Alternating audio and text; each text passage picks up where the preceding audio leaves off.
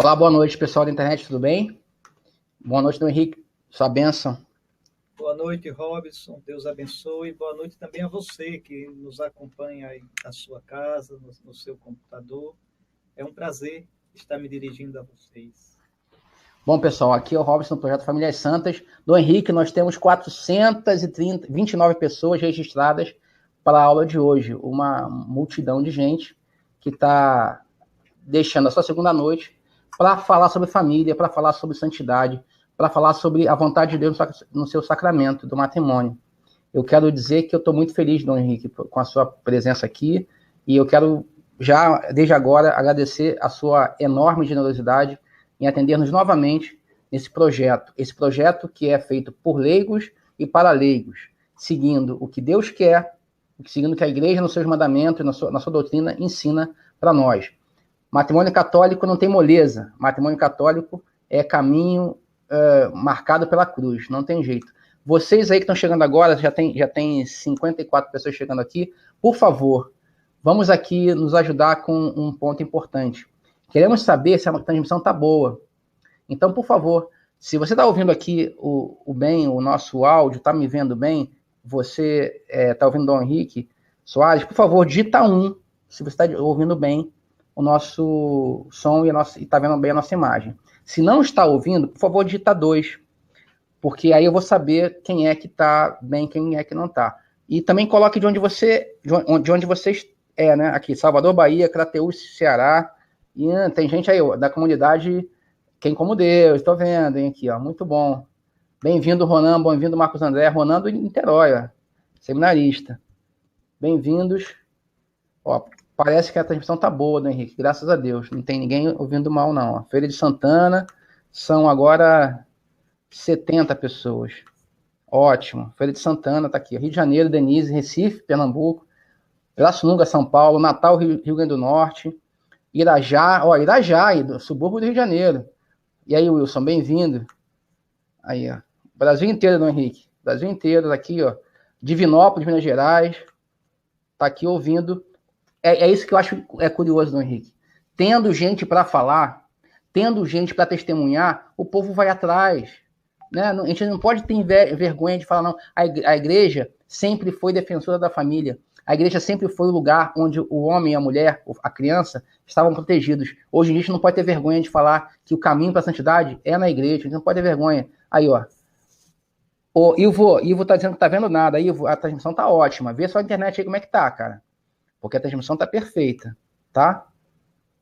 Estão chegando aqui todo mundo. Bem-vindos, pessoal. Eu peço a vocês uma coisa, tá? Estão chegando agora aqui. O pessoal na sala já tem quase 80 pessoas. Ajude-nos a levar essa mensagem a mais pessoas. Não, Henrique, nós somos um grupo de leigos, né? Eu sou casado com a dona Márcia, que está aqui na sala. Nós temos 3 filhos. Eu sou professor universitário, trabalho em seminários do Rio de Janeiro e minha formação é em filosofia. O Wallace, o meu amigo que faz comigo o projeto, que é a parte técnica de tudo, apoia com ideias, com tudo, ele tem 5 filhos e ele trabalha com vendas, né? A gente precisa que vocês nos ajudem a divulgar nosso trabalho. A gente não tem com quem contar.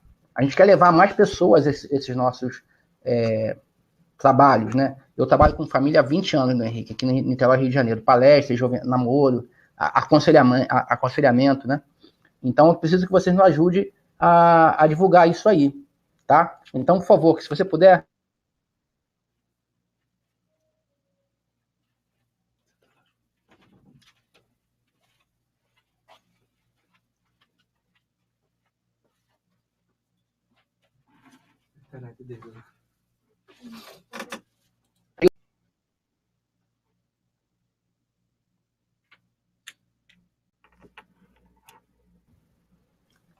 Um livro de apoio às famílias. Tá aí, ó. Um outro livro aqui, ó. Nosso site no Facebook. Nosso site no Facebook. Por favor, se você puder curtir. Por favor, divulga aí. Dá um clique aí, divulga para seus amigos. Diácono Alípio de Niterói, bem-vindo, Diácono. Um abraço na família toda aí. E o nosso canal no YouTube tá aí, para você ajudar a gente a divulgar. Então, Henrique, nós temos um trabalho de vídeos diários sobre família. Virtudes em família, crises familiares, como educar seus filhos, como aprender a dialogar em família. Vídeos diários, cada dia tocando um assunto importante, para fazer com que as pessoas entendam que não há matrimônio católico sem saída. Sempre é possível retomar a felicidade no casamento. Tá bom? E para quem está em crise, e esse é o tema de hoje, nós preparamos uma novena para você. Tá aí ó, no link, ó.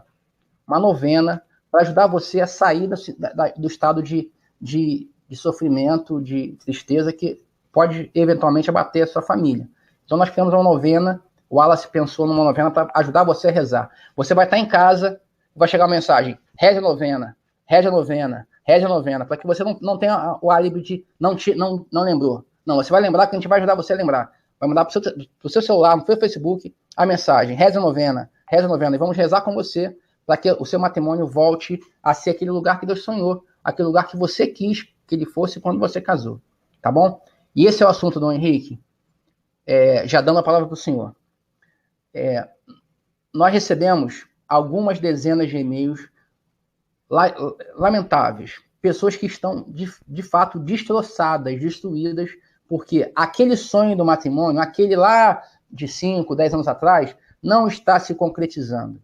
E isso acontece, em geral, por problemas de relacionamento, falta de diálogo, mas é muito comum que seja a infidelidade que traga ao casamento esse sentimento de derrota, de não conseguir. E aí a gente pensa, ora, Nosso Senhor quis que o sacramento do matrimônio fosse assemelhado ao amor que ele tem para a igreja. E Nosso Senhor sabe que a infidelidade conjugal é grave.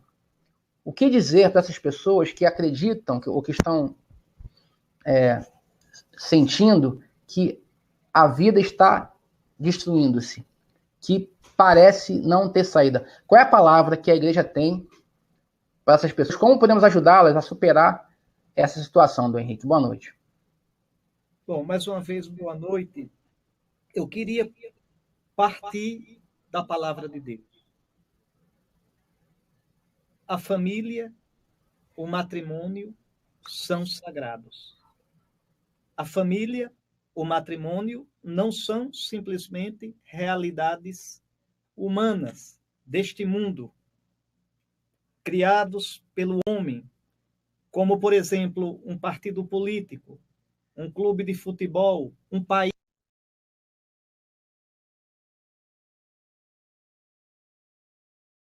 Acho que alguma coisa aconteceu aqui. Estão ouvindo o Henrique? Não.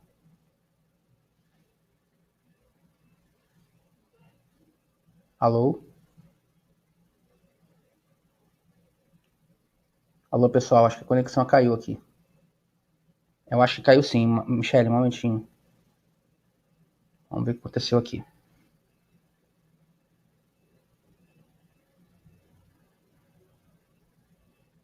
Eles dão um preceito, uma missão, crescer e multiplicar. Então, é preciso que aquele que crê, eu estou falando para crentes, para pessoas que têm fé, aquele que crê tenha bem consciência de que a família é obra de Deus. A família é uma realidade extremamente humana, mas fundamentalmente querida por Deus. Isso já vai dizendo aqui uma coisa. Eu não posso inventar uma família como eu quero. Não posso.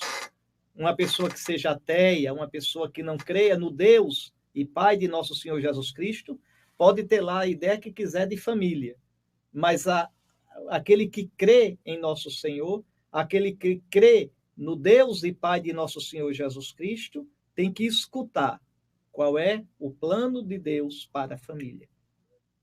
É interessante que, se você olha a carta aos Efésios, no capítulo 4, a carta aos Colossenses, no capítulo 3, você vai ver como a Sagrada Escritura, como São Paulo, coloca a família dentro do mistério de Cristo, dentro do mistério da igreja.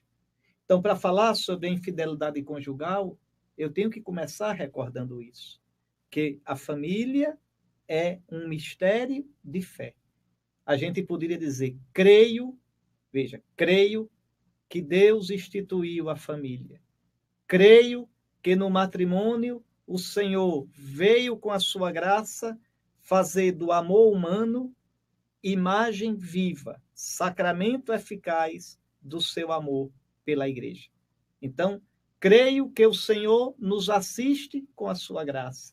Creio que o Senhor está presente no nosso amor e abençoou e santificou e deu gosto divino ao nosso sim, ao nosso amor.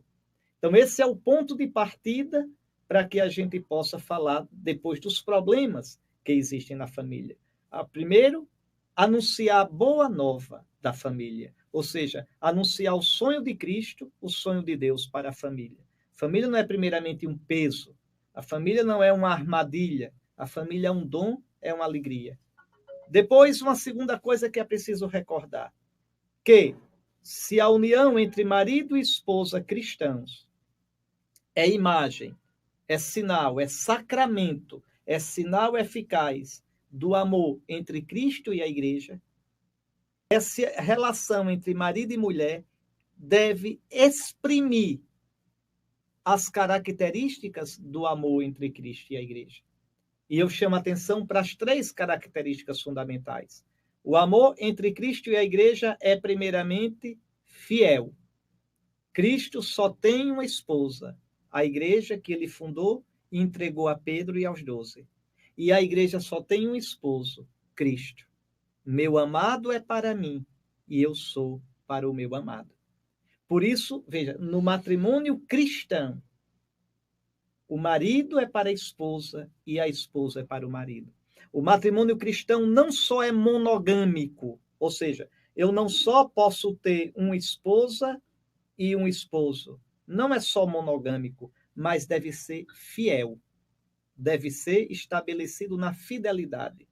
O esposo trair a esposa é como se Cristo pudesse trair a igreja.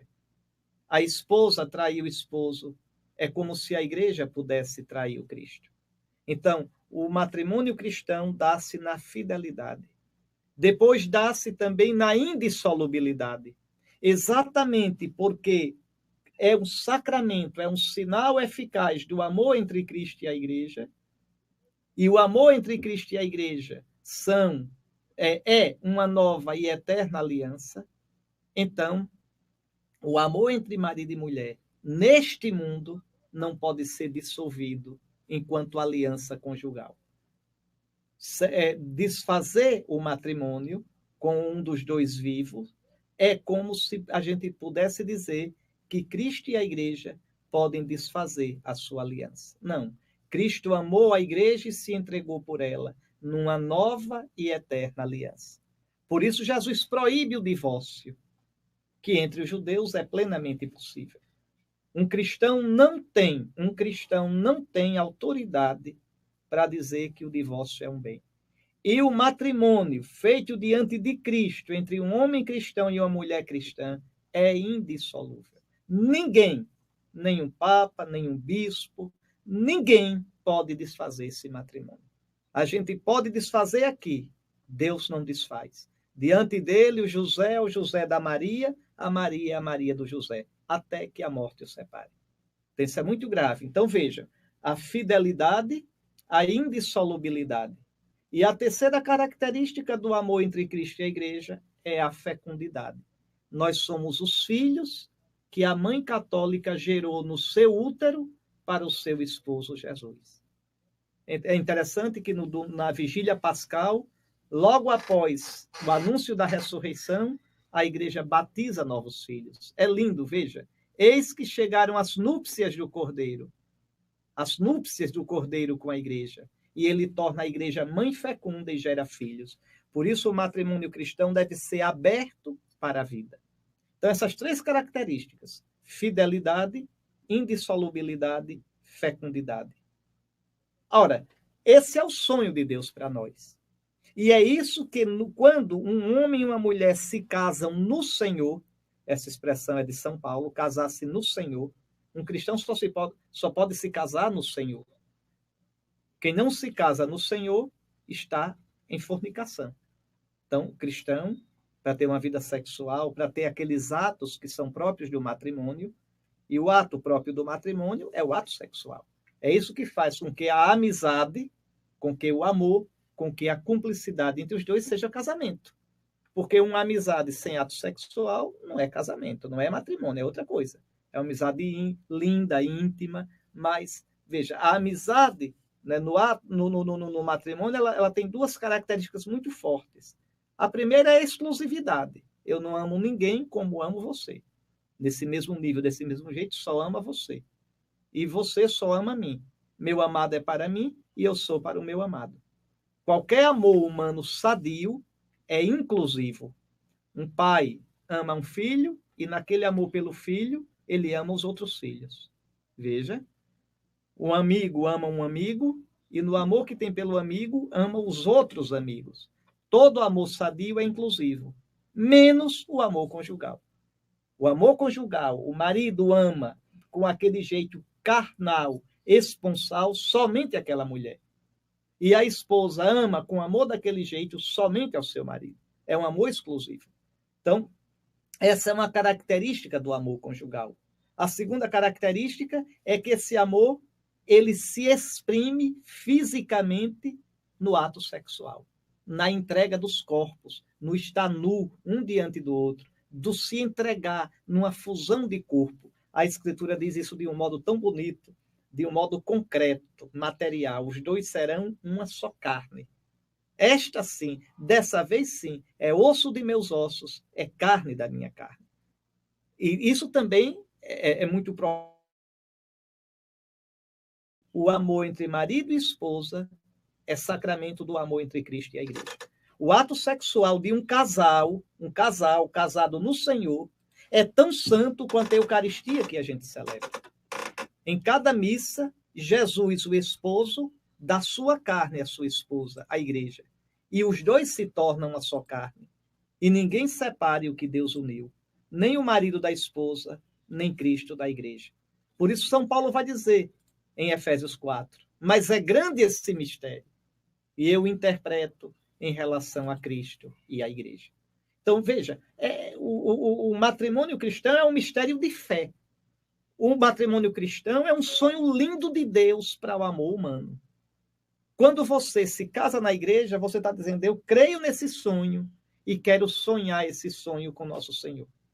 Eu quero sonhar o sonho de Deus. Olha que coisa linda. Sonhar o sonho de Deus. Como a gente não tem força para isso, como a gente sozinho não pode, como diz a oração do 17º domingo comum, né, há 2 domingos atrás. Senhor, sois o amparo dos que em vós esperam. E sem vosso auxílio, ninguém é forte, ninguém é santo. Ninguém é forte, ninguém é santo. Ninguém consegue atingir esse sonho de Deus sem a graça. Por isso o sacramento. No sacramento do matrimônio, quando o casal diz sim, o Senhor derrama o Espírito Santo, o Espírito de Cristo, sobre aquele amor. O Senhor unge, o Senhor encharca de Espírito Santo, o Senhor transfigura o amor daquele homem e daquela mulher, veja, para que esse amor cheio do Espírito Santo de amor seja sinal eficaz do amor entre Cristo e a igreja. O casal recebe a graça, a força para viver o seu amor como o amor entre Cristo e a igreja. De modo que quem os veja, quem veja aqueles dois lá, diga, mas é assim que Cristo e a igreja se amam. Então, são um sinal profético, são uma pregação viva, plástica, do amor entre Cristo e a igreja. E tem mais. Como o amor é eficaz, desse amor nascem os filhos, que serão os filhos da igreja. Veja, o amor dos dois gera a igreja. O amor dos dois faz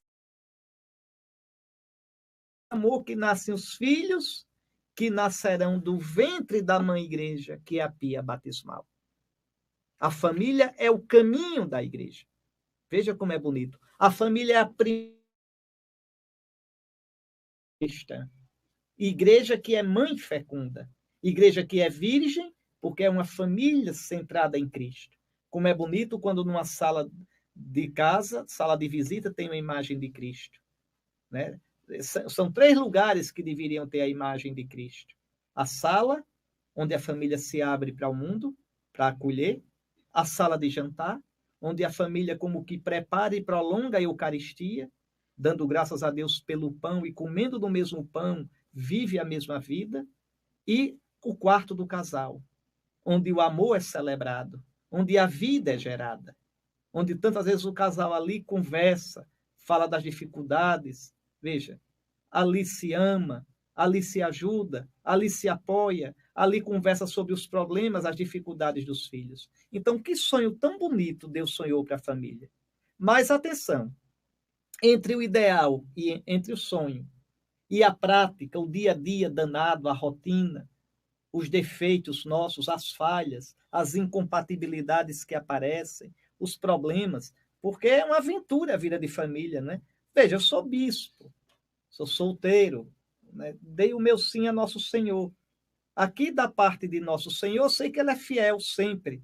Eu é que sou falho muitas vezes. Mas quando é um casal, os 2 lados são falhos. Os 2 lados têm que crescer. Essa fidelidade, essa indissolubilidade, essa fecundidade, elas vão crescendo com o tempo. A pessoa, o casal vai investindo nela, pelo diálogo, pela compreensão, pelo perdão. Então, muitas vezes, essas 3 características, esse ideal não se realiza. Aí vamos tomar a questão da fidelidade. Essa fidelidade do sacramento do matrimônio, ela deve ser de corpo, de alma, de sonho, de sentimento. Ser fiel não é simplesmente uma coisa negativa, não trair. Não é simplesmente não ter relação com outra pessoa fora do casamento. Não, não é só isso. Seria muito pobre se fosse só isso. A fidelidade quer dizer, eu sou teu. Veja, eu sou teu e me entrego só a ti. Ela é positiva. Eu sou teu e quero cada vez mais ser teu. Eu sou teu e quero cada vez mais ser teu de coração inteiro. Eu sou teu. E o que eu posso fazer mais para te fazer feliz? Então, a fidelidade, veja, primeiro, ela é dinâmica. Ela vai crescendo cada vez mais. Cada vez mais eu vou colocando minha vida, meus sonhos, meus projetos naquela relação que eu estou construindo com a pessoa. Cada vez mais eu vou aprendendo a conjugar os verbos da vida, saindo da primeira do singular, eu, meu, para ir para a primeira do plural, nós, nós. Nossa vida, nossos problemas, nosso dinheiro, nossas esperanças, nossa casa, nossos sonhos, nossos filhos. Nossa vida, nosso casamento, nossa família. Veja, então, a fidelidade me faz passar da primeira do singular para a primeira do plural, nos verbos da vida. Então, ela vai crescendo. E é uma fidelidade de corpo e de mente. Né? Essa fidelidade sofre tentações, sofre ameaças? Sofre, claro que sofre. Né? Pode ser. Deixe primeiro, antes de entrar para pensar em infidelidade, deixe-me falar da fidelidade, porque só à luz da fidelidade a gente vai poder conversar sobre a infidelidade. Imagine um esposo ou uma esposa que no seu ambiente de trabalho comece a olhar com uma certa simpatia, com uma atração, né, para uma colega de trabalho, um colega de trabalho. Essa pessoa, casada, tudo, está desse jeito. E pode até isso se tornar tão forte que se torna uma paixão. Né? Olha a palavra paixão, quer dizer, é o que eu sofro. Né? Fácil, patire, quer dizer, sofrer. É algo que é mais forte do que eu. Por isso, paixão de Cristo. É algo que Cristo sofreu, que lhe foi imposto. Então, uma paixão dessa. Eu estou sendo infiel à minha esposa, essa paixão. Mas se eu não fiz nada para alimentar, não andei com a conversa comprida, não andei marcando encontro, não andei jogando charme, eu estou sendo fiel. Estou sendo fiel e uma fidelidade sofrida. Sofrida. Né? E aí eu aconselho a não chegar para a esposa e dizer, olha, meu amor, eu estou sentindo isso, me ajude. Não, não se faz isso. tá certo? Não se coloca nas costas do outro, da outra pessoa, um peso desse. Isso você procura um amigo sábio, maduro, de preferência se tiver um padre, a quem você possa abrir o coração e que possa ajudar você a superar isso. Porque a paixão, ela cega. E se você for atrás dela, quando ela passar e os seus olhos se abrirem, você vai ver a besteira que fez. Então, nessa hora da paixão, nessa hora em que o sentimento, de um modo forte, como uma pororoca, falar mais alto, é preciso procurar alguém e conversar. Você não está traindo a pessoa. Pelo contrário, é uma fidelidade sofrida, doída, tão bela, tão bela. Né? E vai procurar, assim, se confessando, com a graça de Deus, você vai procurar superar esse momento. Não é coisa do outro mundo se isso acontecer, tá certo? Não é uma traição. Não é uma traição. Ninguém está livre disso. Então você vai, observe, você em nada, você feriu a relação com aquela pessoa a quem você se entregou no matrimônio. Não. Eu estou sentindo atração, essa mulher é linda, essa mulher, o jeito dela me faria feliz, mas eu já dei meu coração, já dei minha vida a uma outra pessoa. Aqui é preciso entender, o amor não é cego. O amor funda-se numa livre escolha. Entra a vontade, entra a liberdade, entra a entrega, a capacidade de compromisso. Cega é a paixão. Então, o amor enxerga bem. E o amor, a gente dirige para que ele cresça cada vez mais e na direção certa. Mas, e quando acontece que a infidelidade vem da outra pessoa? E eu sofro a infidelidade. Aí tem várias questões para a gente pensar. Né? Porque, às vezes, a infidelidade é por parte da outra pessoa que também tem uma vida de fé. É mais fácil de trabalhar. Mas quando o meu esposo, minha esposa, é infiel e não crê em nada, não crê em Deus, não tem uma vida cristã, o que fazer? Então, vamos tentar. Né? Primeiro, de modo geral, há dois tipos de infidelidade. Há aquela infidelidade que foi um ato, uma queda. Uma queda.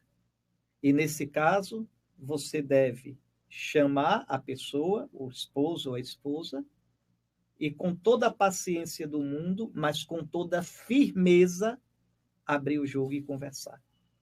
Deve trabalhar para que a outra pessoa se abra e admita o que fez. Isso é importante. Não se constrói o amor na mentira. Aliás, não se constrói nada importante para a vida na mentira. Só se constrói na verdade. Então, você vai conversar. É preciso que a outra pessoa confesse. E é preciso que a outra pessoa, que você ajude a pessoa a ver que é uma traição ao amor. Não só, veja, a infidelidade não é só a pessoa, ao cônjuge, mas aos filhos, à família, a vida que se tem em comum. É tudo isso que é afetado. Interessante, a vida de família é de um amor tão exclusivo que quando você procura um amor fora, você fere de morte, você fere na alma a simplicidade, a beleza, a doçura desse amor. Então é preciso conversar. E se a pessoa admite, e se a pessoa diz, eu estou passando por essa situação e eu quero sair, perdoe e ajude.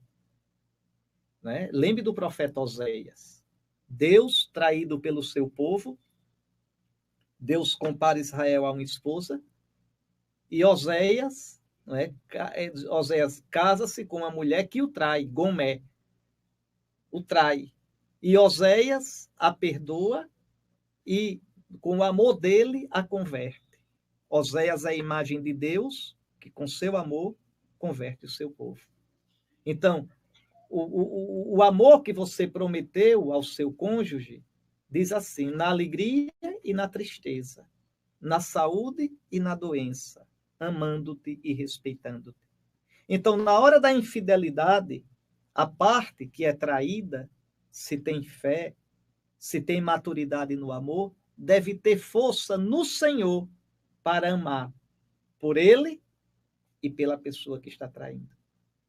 pelo outro que naquela hora não está conseguindo corresponder a esse amor. E aqui a oração, a busca de Deus, e ter sempre diante dos olhos que o matrimônio é um sacramento. Ou seja, não é somente uma relação entre eu e a pessoa que eu amo, mas é um amor que foi consagrado, um amor que foi santificado pelo Senhor. Então, você fazer a sua parte é tremendo essa hora, é tremendo. Mas você sofrendo, você ajudar a pessoa. E aqui eu peço, né? Eu peço a quem foi uma vez traído e perdoou, que depois nunca mais passe no rosto, na cara. Você me traiu. Você. Não, não. O perdão é perdão mesmo. Eu te perdoo. Eu te perdoo quer dizer, eu ainda creio em ti. Eu te perdoo quer dizer, eu te dou a chance de recomeçar. O perdão não nega o que foi feito. O perdão não nega o passado, mas o supera. O supera com amor. Que coisa linda, se o seu amor, se a sua paciência curarem a infidelidade naquele momento difícil que a outra pessoa viveu. Então, essa infidelidade, esse primeiro tipo de infidelidade, é menos difícil de enfrentar. Porque, veja, foi uma infidelidade, foi um escorrego, foi uma queda. Agora, também tem que ficar bem claro na conversa, no amor, que é grave. E tem que ficar bem claro para a pessoa que traiu, que foi infiel, que isso não pode ocorrer mais. Não deve ocorrer mais. Não pode ser uma brincadeira de uma quedinha a cada ano. Não. A outra parte tem que se comprometer a caminhar, a fazer um caminho, a querer crescer. É preciso isso aqui, não é? E quem puder também ajudar talvez com uma terapia. Agora, uma terapia com psicólogo de juízo. Se for com um doido, que não se reprima, não faça como quiser, não. Isso não, aí não. Não é com alguém que já é desajustado, não tem nenhuma família, não conseguiu nem manter sua família direito, porque não crê na família, aí não. Mas uma pessoa que leve a sério realmente a vida familiar. Bom, a coisa é muito mais complicada é quando a infidelidade ela é um vício. Quando aquela outra parte ela não tem realmente um compromisso com a fidelidade. Aí eu tenho primeiro que dizer isso. Se uma pessoa já se casa sem o propósito de ser fiel, eu tenho que dizer, esse casamento é nulo. Porque a pessoa se casou, né, sem ter o desejo de ser fiel. Então, aí eu tenho que dizer, tá certo? Esse casamento pode ser, a igreja reconhece, se a parte que está sofrendo quiser, né, entrar com o processo, a igreja reconhece que não houve casamento. Por quê? Porque veja, uma parte estava escondendo que não queria, que nunca pensou em ser fiel de verdade. E se tivesse revelado, a pessoa não casaria, a outra parte não casaria. Então, foi enganado. E aquele prometeu uma coisa falsamente. Né? Eu te prometo ser fiel e não estava prometendo nada. Então, tem que se dizer isso aí. Tá certo? Uma pessoa que nunca teve a intenção de ser fiel e se casou, não se casou.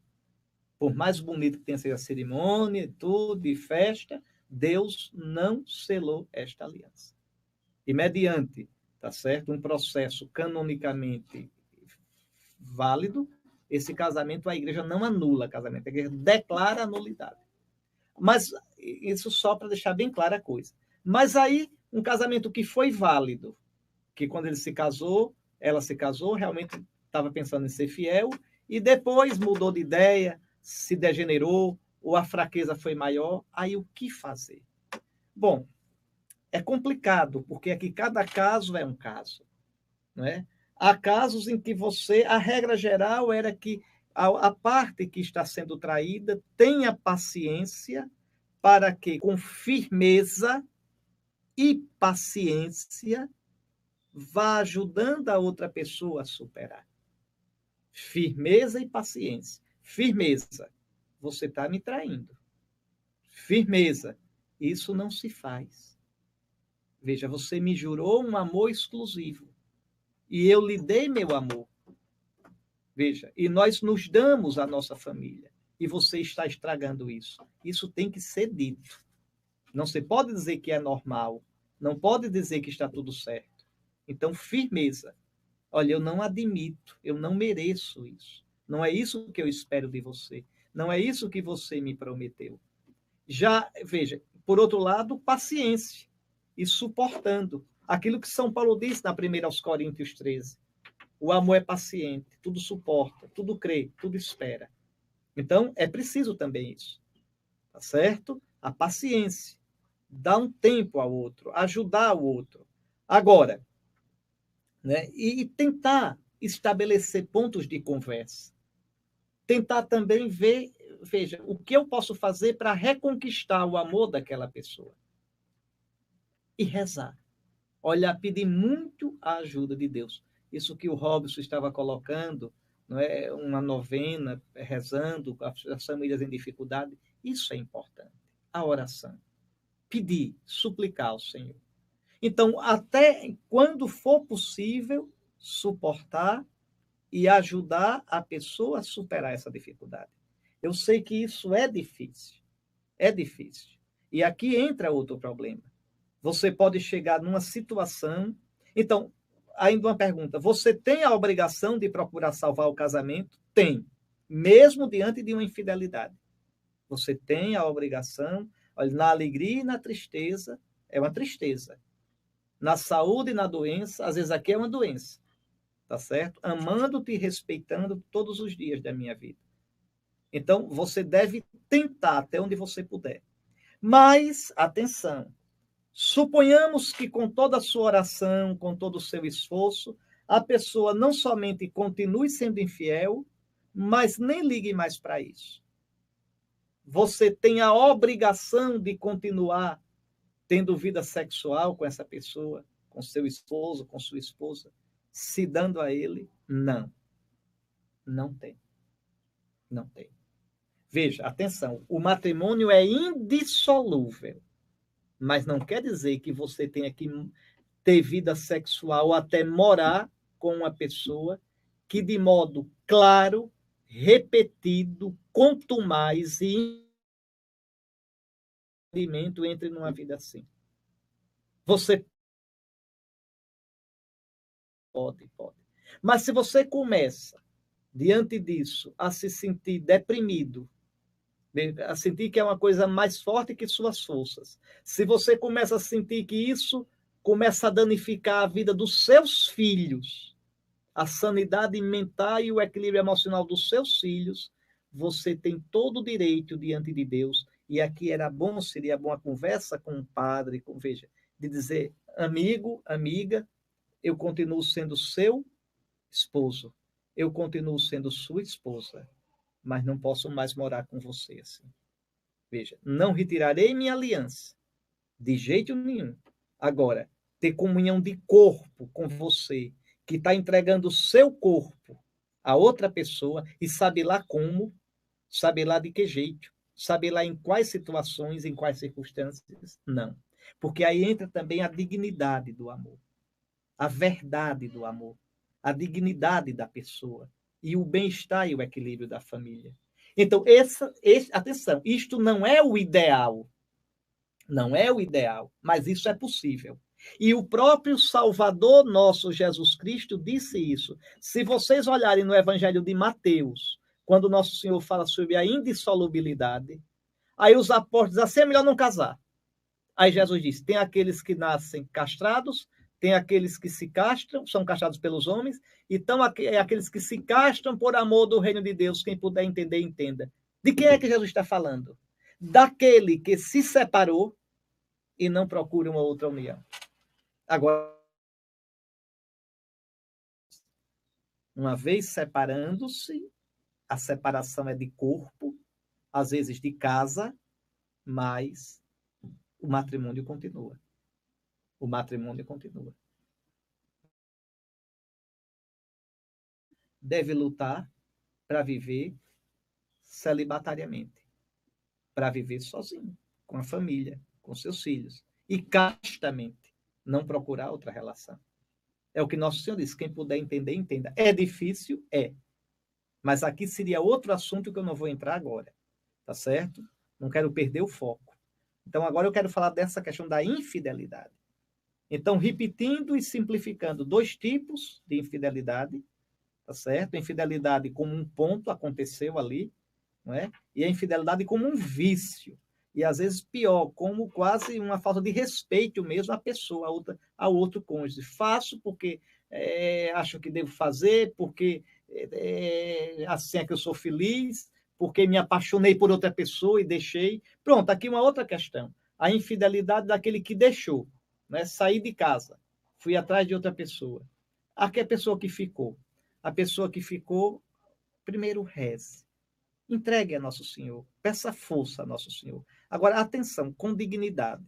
Não se salva o casamento de qualquer modo. O casamento, a gente deve lutar pelo matrimônio da gente, mas com dignidade. Com dignidade. Tá certo? Então, tentou conversar com a pessoa, não teve jeito, estava de cabeça virada. Não fique indo atrás. Não fique. Não se rebaixe. Porque você se rebaixando, você desqualifica o seu amor. Você já conversou o que tinha para conversar com a pessoa. Agora reze e mantenha-se no seu lugar. Mesmo sofrendo, mas com firmeza. Nunca vá atrás da outra pessoa com quem seu cônjuge está traindo. Não. O seu compromisso é com seu cônjuge. Ele é que tem que respeitar você. Ele. Se ele não respeita, você vai atrás de outra pessoa brigar. Porque você está com minha esposa? Porque você está com meu esposo? Não, não. Sua aliança foi com seu esposo, foi com sua esposa. É com ele que você tem que conversar, é com ela. Veja. Ah, mas não, eu só sou feliz com outra pessoa. Então você, mesmo sofrendo, fique no seu canto, reze e pense. Se ele quiser voltar, se ela quiser voltar, depois de uma conversa muito séria, porque voltar para a mesma situação para fazer quantas vezes quiser, não, porque isso desmoraliza o amor. Não, não. Aí diz, não, assim não. Temos que voltar sobre novas bases. Temos que voltar sobre um arrependimento sincero. Então é melhor, às vezes, dar um tempo, esperar para que se amadureça o arrependimento e se recomece sobre novas bases. Entende? Mas pedindo perdão e querendo recomeçar, aceite. Porque Deus aceita você. Porque Deus me aceita. É a hora de provar, talvez seja a maior prova de amor. É o perdão numa situação dessa. E você não está desmoralizado, porque a outra pessoa reconheceu, veja, e pediu perdão. Agora é preciso esse pedido de perdão. Está certo? Isso é importante. Mas se a pessoa não quis voltar e ficou para lá, você então faça a sua vida, mesmo sem aquela pessoa, mas não fique indo atrás. Porque, veja, o amor dignifica a gente. O amor não pode ser de qualquer modo, porque aí já não é amor. É algo doentio, algo que rebaixa. Não, mas o meu matrimônio é santo, eu queria salvá-lo.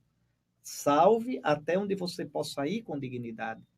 Mesmo porque isso também degenera a sua figura diante de seus filhos. É um equilíbrio muito delicado. Então, são coisas que só quando a gente reza, só quando a gente tem o coração aberto para o Senhor, só quando a gente leva a sério a santidade do matrimônio, é que a gente vai tendo discernimento, e em geral com a ajuda dos irmãos, de pessoas mais experientes e ponderadas, a gente vai tendo discernimento para saber, naquele caso concreto, que passo dar. Então, veja, para terminar, eu não quis dar respostas prontas. Eu quis fazer algumas ponderações. Eu fui padre, né, antes de ser bispo, 15 anos. 15 anos. E surgiam, ou melhor, 15 anos, 17 anos. E surgiam tantas situações, eu acompanhei tantas situações diferentes. Então, para cada situação, você tem que ver a pessoa, o outro, porque são duas pessoas, a questão dos filhos, a questão econômica, olha, são tantas coisas. Então, isso que eu estou dizendo não são respostas prontas. São pontos coordenadas para ajudar a você colocar no seu caso e refletir. Mas você não está só. Cristo está com você. A igreja está com você. Tantos irmãos na fé estão com você. E essa experiência bonita, da qual o Robson estava me falando, você poder contar com a oração dos irmãos através das redes sociais. Elas que servem de tanto mal para a humanidade, podem servir também de tanto bem. Então, basicamente, era isso que eu queria partilhar com você, e agradeço a sua atenção e a coragem do Robson também de me convidar. Não é coragem, Dom Henrique, é graça. Estar com o senhor é sempre uma graça. Dom Henrique, ó, eu queria pedir para o senhor mais 5 minutos, porque algumas perguntas muito importantes saíram aqui no chat, tá? Eu anotei aqui algumas.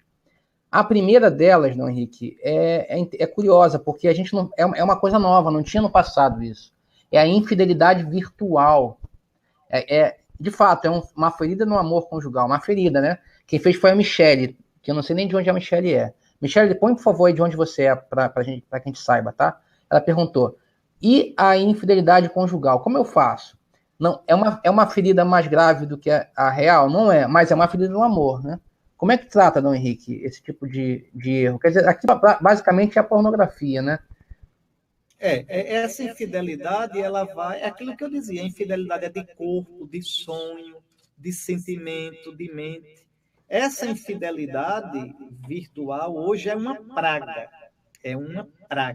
seja entre marido e mulher, seja no celibato de religioso, de padre, tem que se dizer claramente, é uma praga, porque a internet ela é de facílimo acesso, e é você sozinho no seu computador, no seu smartphone, no seu tablet, e vejam. Não é? Então, é preciso aqui uma educação para o uso da rede social, para o mundo digital. Uma educação. E é preciso, uma vez, um dos dois percebendo que o seu cônjuge está nisso, abordar, conversar. Agora, a questão é que essas conversas entre marido e mulher nunca podem ser conversas que partem da acusação, acusando. Tenha vergonha, rapaz, você fazendo isso. Tenha vergonha, você fazendo isso. A primeira pergunta é, por quê? O que é que está faltando na nossa relação real? Não é? Ah, mas é só virtual. Não, porque o mundo virtual é virtual no computador, mas o efeito que causa no seu coração é real. Avacalha o seu coração. E avacalha de modo grave, é danoso, porque você troca, veja, as relações reais, a interação real, por uma interação, em geral, essas interações virtuais são ilusórias. As pessoas se escondem por trás do computador. No Facebook, você não vê fotografia de ninguém chorando. É todo mundo sorrindo, é todo mundo que tem. Tanto que às vezes a gente diz, mas só eu é que não estou assim tão feliz, eu não estou todinho feliz. Né? Por quê? Porque são relações que não são 100% reais. Então é preciso ajudar a tirar o outro disso. E às vezes é um vício mesmo. E quando for um vício, tem que ter paciência. Porque num vício a pessoa perde muito da liberdade dela. Ela é levada por pulsões, né? Pulsões que são para além, às vezes, da vontade dela, da liberdade dela. Se tornou isso. Então, ajude, mas também não tolere. Não tolere. Não tolerar significa dizer, sempre recordar, isso está errado.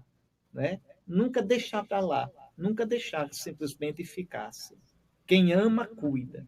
Quem ama, luta pela pessoa amada. A gente não é melhor do que Deus. E Deus é ciumento. Deus é zeloso. Deus quer a gente só para Ele. Então, aquele que ama quer a pessoa amada para si, nessa relação conjugal que é exclusiva. Deus nos ama, Deus é um Deus ciumento, não aceita amor, coração dividido, mas também é paciente, também é misericordioso. Ele tem que ser sempre a nossa meta, né? Minha esposa é aquela a quem Deus me deu para que eu ajude a salvá-la e para que salvando-a eu me salvo. Mas eu tenho que ter paciência com ela, não é? É preciso Robson, recordar isso. A fidelidade é um caminho. Né? Amar é um aprendizado. Amar é um aprendizado.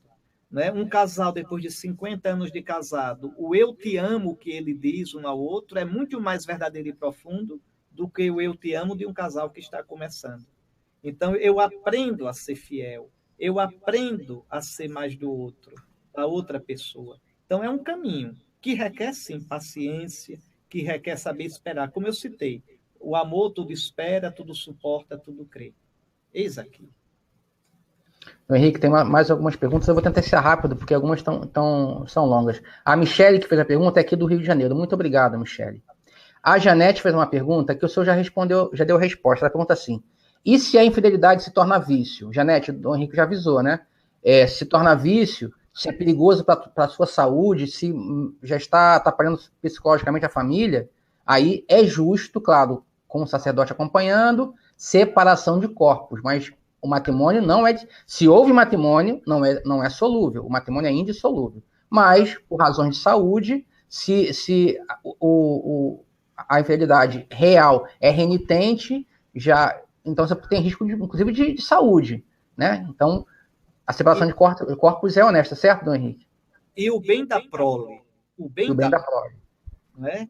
Que imagem um rapaz, uma moça tem de ver que um dos dois trai o tempo todo e fica por isso mesmo. Quer dizer, é um péssimo exemplo, uma péssima mensagem que se passa para a prole, para os filhos. Exato. Então, isso tem que ser visto. E, às vezes, os filhos ficam frustrados, profundamente feridos. Né? E esperam que a parte que é traída, num caso desse, que é contumaz, que a outra parte tome uma providência para salvar a dignidade do amor. A dignidade do amor. Não é só salvar o amor, mas tem que ser um amor vivido de modo digno. Digno, que construa a pessoa humanamente, no seu aspecto físico, psíquico, em todos esses aspectos. A pergunta aqui é da Andresa. Andresa, me diz de onde você é. Ela diz assim, Dom Henrique, aqui você vê o nosso projeto, Dom Henrique, um coração amargurado. Olha só o texto dela. Meu ex-marido quer voltar, mas não consigo devido a uma traição reincidente. E ele não participava da igreja, e agora fala de sacrimônio e sacramento. Muita coisa eu passei. Estou tentando perdoá-lo para viver com respeito, pois ele é pai da minha filha, então tem uma filha envolvida. Estou errada em não voltar para ele? E se voltasse? O texto termina assim, eu não sei se quer dizer se voltasse, se ele pecasse de novo com a traição. Entende? O nosso projeto, Dom Henrique, atende essa pessoa, Andresa. Andresa, o Dom Henrique vai dar uma palavra para você. Olha, Andresa, a primeira coisa que eu queria lhe dizer é o seguinte: eu respeito a sua dor e não vou lhe dizer faça isso ou faça aquilo, porque a dor é sua. Quem sofreu foi você. Está certo? Agora veja, pense direitinho, com realismo. Esse homem não conhecia Nosso Senhor. Esse homem, quando traiu, não tinha consciência da gravidade, da seriedade dessa traição, também diante de Deus. Pelo que você está dizendo, eu aconselho isso. Olhe bem se o arrependimento dele é sincero. Olhe bem se ele agora entende a santidade do matrimônio. E se você vir que ele tem essas intenções boas, peça a Nosso Senhor força. Peça a Nosso Senhor a graça de perdoá-lo. Porque talvez ele seja muito mais grato a você e ame você, veja, muito mais, com muito mais verdade, por causa do perdão que você vai dar. Então pense nisso. Né? O seu amor resgatar aquele lá. Se ele está querendo voltar, não será porque fez como o filho pródigo, que diz eu era feliz primeiro e não sabia. Veja, né? Eu queria voltar. O simples fato de pedir perdão não é um modo de se humilhar, de reconhecer o erro. Reze, verifique a veracidade desse pedido de perdão e se vir que é veraz, peça a Nosso Senhor, ao Espírito Santo de Cristo, que é amor, que é doçura, que cure o seu coração, tá certo? Porque você o acolhendo, você se curará também. Você se curará. E como é bonito dizer, o pai da minha filha. Então, na sua filha, vocês dois estão juntos. Os seus traços e os traços deles estão misturados, uma só carne. Então, pense nessas coisas todas. Reze, está certo? Acho que Nosso Senhor convida você a esse passo, mas a gente respeita a sua dor e reza para que você possa dar o passo certo. Se puder, procurar a ajuda de um padre para conversar com seu marido também, para que o padre sinta, para que o padre o oriente, seria muito bom. Bom, Dom Henrique, tem mais uma pergunta, eu vou fazer para terminar, né? E já vamos encaminhando para o final. É a Cláudia, que diz que está apaixonada pela igreja, pelos ensinamentos, mas marido e filho não participam nem da missa dominical. Aqui não é traição, né? Mas é mais uma ferida da família com relação aos deveres e direitos de Deus naquela família, né? Ela está perguntando o que ela pode fazer. Ela faz a parte dela na alegria, na paciência e na fé, mas o filho e o marido não participam da missa dominical. É a Cláudia, que não diz de onde é. Se a Cláudia puder dizer aí para nós de onde é. Cláudia, aqui eu recordo que São Paulo diz que a esposa cristã santifica o marido. Então, aqui, veja, você sendo uma boa cristã, você sendo uma cristã realmente paciente, amorosa, uma boa esposa, uma boa mãe, você está santificando a sua família. Santa Mônica converteu assim, o Patrício, que era o pai de Santo Agostinho, era um cavalo, não vou dizer cavalo batizado, porque era pagão, não era batizado. Era um homem estúpido, grosso, né? Irascível, pavio curto, grosso mesmo. E a paciência de Mônica converteu Patrício e converteu Agostinho. Né? Agostinho, que era meio leviano, meio devasso, né? Muito concupiscente, e se converteu.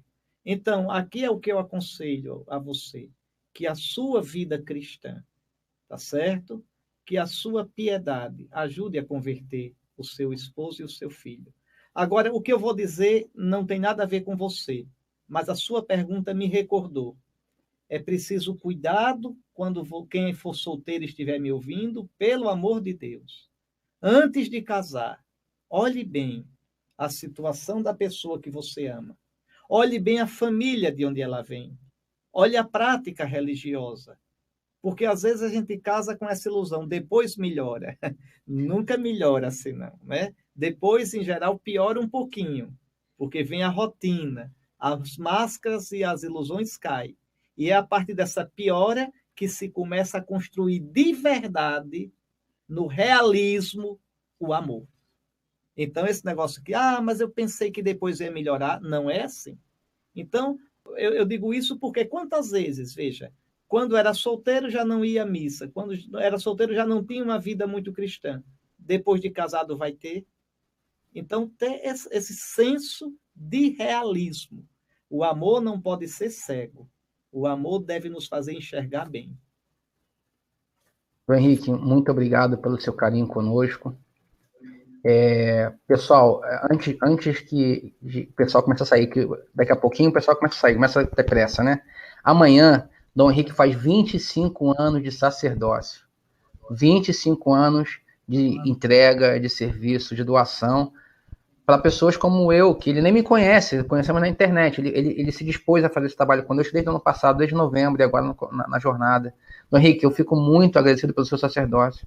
Eu tenho certeza que a sua diocese tem um pastor dedicado até o limite da saúde, até o limite do cansaço, e isso nos deixa muito alegres. Amanhã, certamente, vai ser um dia de louvor na diocese, e do lado de cá, do Rio de Janeiro, eu vou fazer o que eu puder para agradecer a Deus pelo seu sacerdócio. Muito obrigado, Dom Henrique, pela sua generosidade. Deus abençoe e frutifique ainda mais a sua vida, seu ministério sacerdotal aí na sua diocese. E eu peço ao pessoal daqui da sala, nós tivemos hoje quase mais 160 pessoas ao vivo, né? Que tal amanhã fazer alguma coisa por Dom Henrique, hein? Um tercinho pelo ministério dele, quem sabe um jejum para que ele frutifique, permaneça fiel ao ministério dele. Que tal, pessoal? Vamos fazer uma força amanhã por ele, tá bom? Dom Henrique, eu queria que, se o senhor pudesse, dê-nos uma palavra para nós do Projeto Famílias Santas, para mim e para o Wallace. O que esse projeto pode significar para as famílias católicas no Brasil? Olha, de verdade, Robson, desde que eu tive o primeiro contato com vocês, eu fiquei assim muito entusiasmado, muito empolgado. Por isso, é mais um sinal, tem muitos na igreja de hoje, essas iniciativas que vêm dos leigos. Você está vivendo sua crisma. O que é bonito é que é sem a gente planejar, não é planejamento do padre, do bispo, nada. É nosso Senhor, sem pedir permissão, que é o dono da igreja, que suscita no coração de vocês isso. Vocês são casados, que coisa linda. Veja, tem filhos, né? E fazendo isso, vocês estão transbordando para outros a experiência bonita do matrimônio de vocês, que certamente tem dificuldades, desânimos, cansaços, como o meu ministério tem, porque é assim que tem que ser, só assim serve para o reino de Deus. O que eu digo é, vão adiante. O que vocês estão fazendo é respondendo a um apelo que nosso Senhor colocou no coração de vocês. Parar seria infidelidade a nosso Senhor. Vão adiante, sem medo, sabendo que as dificuldades existirão, porque é preciso passar por muita tribulação para entrar no reino de Deus.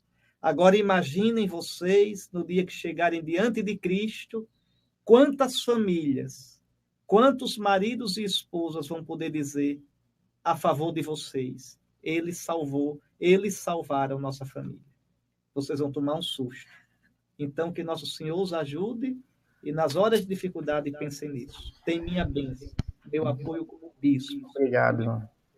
Tá certo? Deus os abençoe.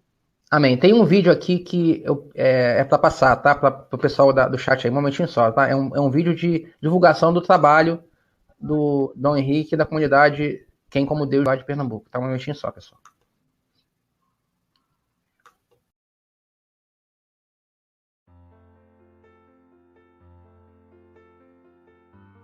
Como é preciso que a gente entenda direitinho qual é o papel de Nossa Senhora no plano de Deus. Que a gente estude direitinho o que é que a igreja ensina sobre Nossa Senhora. E que a gente entenda direitinho o que é que a Sagrada Escritura diz de Nossa Senhora. Se a gente compreender direitinho o que a Bíblia diz de Maria, todo mundo fica católico, e quem não é se torna católico e devoto de Nossa Senhora. Isso que eu estou dizendo é uma coisa muito importante. Porque se você for ler o Antigo Testamento sem Cristo, e sem tudo aquilo que tem a ver com Cristo, você não está lendo como cristão. Você está lendo como judeu. O judeu só tem o Antigo Testamento. O cristão, quando lê o Antigo Testamento, leva os óculos de Cristo. A Bíblia é nossa. A Bíblia foi escrita por católicos. Os apóstolos eram católicos. São Lucas era católico. São Marcos era católico, São Paulo era católico. A Bíblia é nossa. Os primeiros que devem saber a Bíblia somos nós. A gente é que tem que ter vergonha. Aprendam, aprendam. Maria não é o centro da nossa fé. O centro é Jesus. Mas Maria está junto ao centro. Nossa Senhora, por ela a cabeça da serpente foi esmagada. Mais do que Holoferne é o diabo. Por ela, pelo fruto que veio do ventre dela, nós vencemos. Mulher, nova Eva, eis o teu filho. E nem pergunta se a gente quer. Todo cristão, Maria é mãe de todo cristão. É discípulo de Jesus. Jesus diz a Nossa Senhora: eis o teu filho. E não adianta dizer para ela: quero não. Ela vai dizer: paciência, mas Jesus me deu você.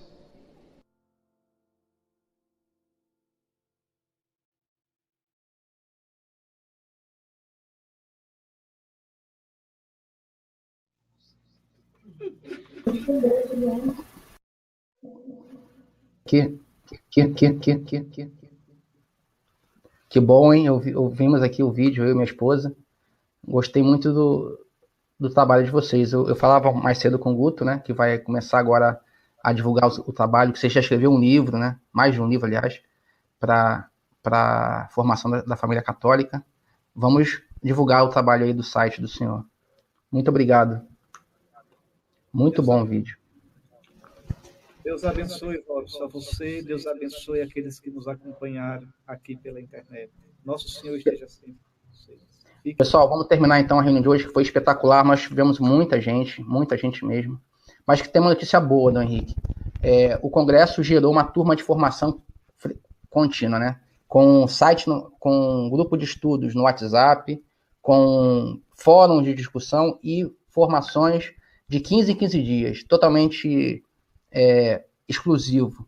Vamos reabrir uma turma ao final da jornada de agosto, né? No final da jornada de agosto, vai abrir uma nova turma de formação para quem precisa preparar-se para o sacramento do matrimônio, então namorados e noivos, e para casais que estão precisando aprofundar o sacramento, porque não foram bem preparados na juventude, porque perderam aquele elan do início do casamento.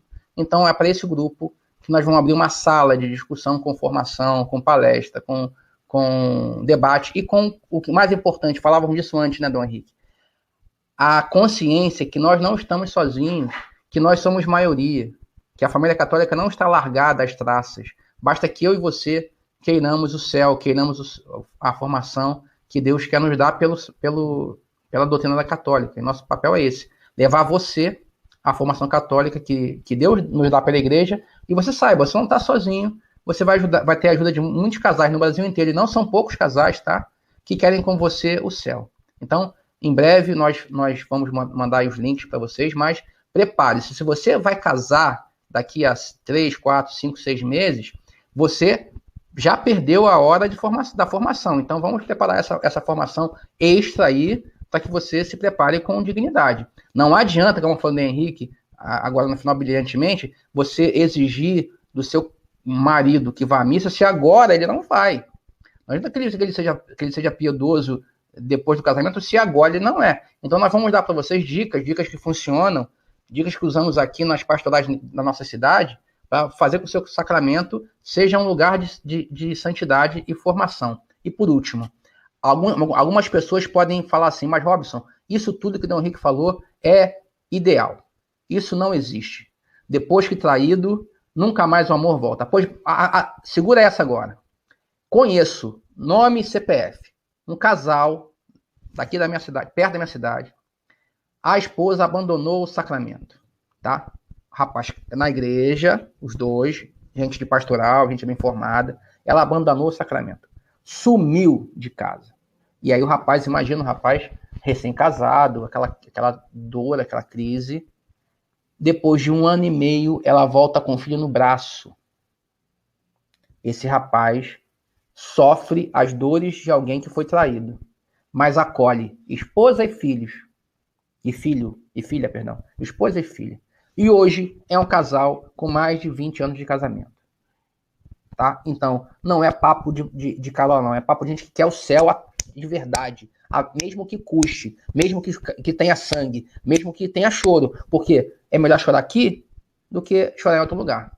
Então, esse rapaz, que é um cara que eu conheço, é um amigo, ele, para mim, uma referência para dizer, isso que o Dom Henrique falou não é bobagem, não. Isso acontece.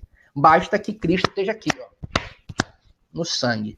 Então, você que está sofrendo por isso aí, desculpa. Robson, muitas vezes eu vi isso na minha vida de padre, viu?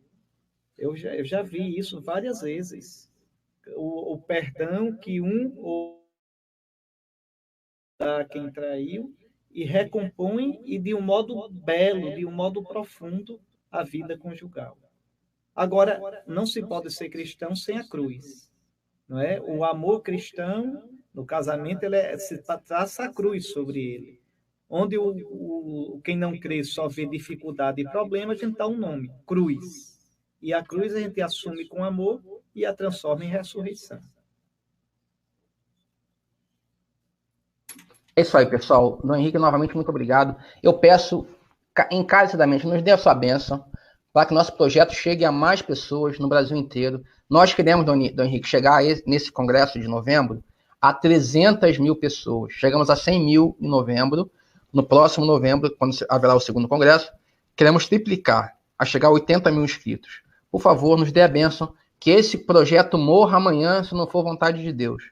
Mas se for vontade de Deus, que chegue a mais pessoas no Brasil inteiro e também no mundo inteiro. Vamos trabalhar para levarmos a língua espanhola e inglesa. Esse é o nosso projeto nesse ano. É vontade de Deus, Robson. Você é um bispo que está dizendo. Viu? Pode ficar certo. É um bispo católico que está dizendo. Viu? E pela intercessão da toda a Santa Virgem Maria e de seu esposo São José e de todos os santos casados, né, que estão no céu, abençoe-vos o Deus Todo-Poderoso, Pai, Filho e Espírito Santo. Amém. Amém. Obrigado, Dom Henrique, tudo bem? Obrigado mesmo. Aí, tá na página aí, na tela de vocês, o link para a jornada. A jornada vai começar dia 21 de agosto. No final, haverá a abertura do curso para quem precisar, para quem quer, conosco no Projeto Famílias Santas. Clica aí agora, aí, se inscreva. E quinta-feira temos uma palestra espetacular, Dom Henrique. André e Karina, de Minas Gerais, eles têm, se eu não me engano, 6 filhos. O tema da palestra vai ser o seguinte: os desafios da família numerosa no Brasil. Os desafios da família numerosa no Brasil. Então, não percam. Atenção na internet, nossa página, facebook.com/Famílias Santas, para divulgar isso, porque precisamos ensinar ao brasileiro que filho não é maldição, filho é bênção. Embora tenha suas cruzes, mas filho é bênção. Tá bom? Boa noite, pessoal. Obrigado, hein? Tchau. Tchau, Henrique.